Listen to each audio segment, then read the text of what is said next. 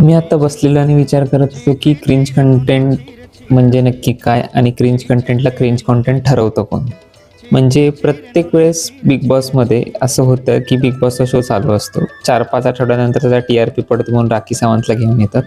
राखी सावंत तिच्या ठरलेल्या 4-5 गोष्टी करते, लोक त्याच्यामुळे एंटरटेन होतात आणि TRP वाढतं. लोकांना बघायला आवडतं ते आणि लोक त्याशी रिअलमध्ये कनेक्ट होतात.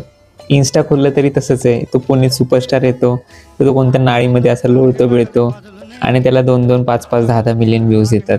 कोणतरी एक रँडम बाई येते, ती शिव्या घालते असे आणि त्याच्यामध्ये लोकं कनेक्ट होत आहेत, जाऊन कमेंट्स करतायत. ज्या गोष्टी आपल्याला करायच्या आहेत, पण ते करता येत नाहीत आणि समोर स्क्रीनवर कोणतरी ते करतंय, हे बघून आपल्या मनात जी अशी थोडीशी चूल निर्माण होते ना, त्याच्यामुळे हे कॉन्टेंट चालतात.